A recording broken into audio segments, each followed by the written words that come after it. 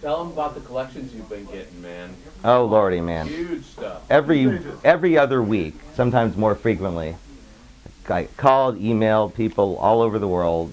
You know, they're buying the guides. They have something they want to sell, or they want to buy something. Then I ask if they want to sell, and they've got a bunch of stuff. So I mean, they're coming out there, and people have been sitting on this stuff for years, especially dealers. Most of the hoarded undergrounds are like mainstream comic dealers. They've all got thousands stuck away because there just wasn't a guide, and so they're just still waiting a little bit. But I just, I see, I broker, 6 figures of collectibles every year, just undergrounds alone, between buyer and seller, and I get to go through, and in some cases I actually sit down and I grade and price every single book so we know what we're dealing with.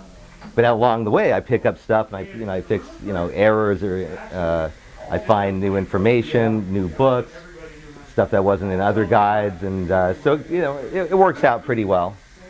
Yeah, you'd be there, right there, for that information coming in. Yeah. So You self-published all of these. Yes. Had you ever tried to approach a major publisher to publish it? No, man, I've been self-publishing since '98. I used to write and edit Cherry for Larry Wells, and he started self-publishing around the time I was self-publishing. So we self-published our stuff together, get my things back in print. Then I started doing other people's work, anthologies. UG 3K, my underground history, was a warm-up. I had new stuff, old stuff, interviews, timeline, all that stuff.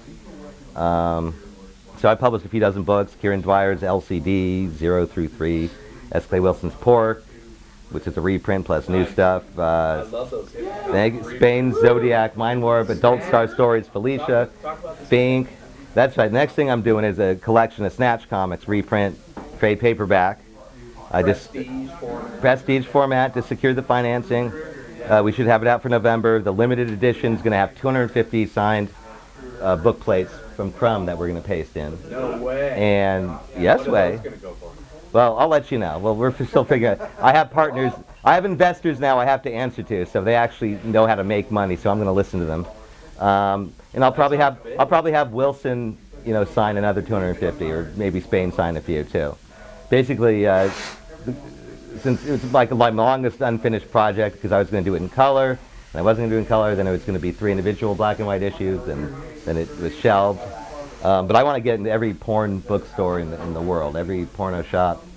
So I've been selling a lot of my Adult Star Stories and other books there, the Cherries. So I think time for a good crossover. Still controversial, though. A few of those pages we might have to think twice about reprinting, to be honest with you.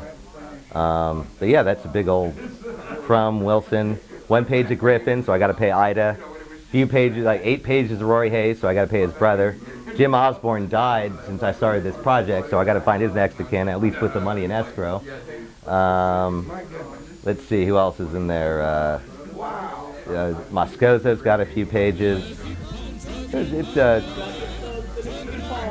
That's right. No, publishing, I got into it self-published, but I like getting my friends out there and getting good work out there, and it hasn't been easy, and it hasn't certainly made me a millionaire, but so I didn't even think about anyone else publishing the price guide but me. So I didn't see any the reason. reality of publishing a public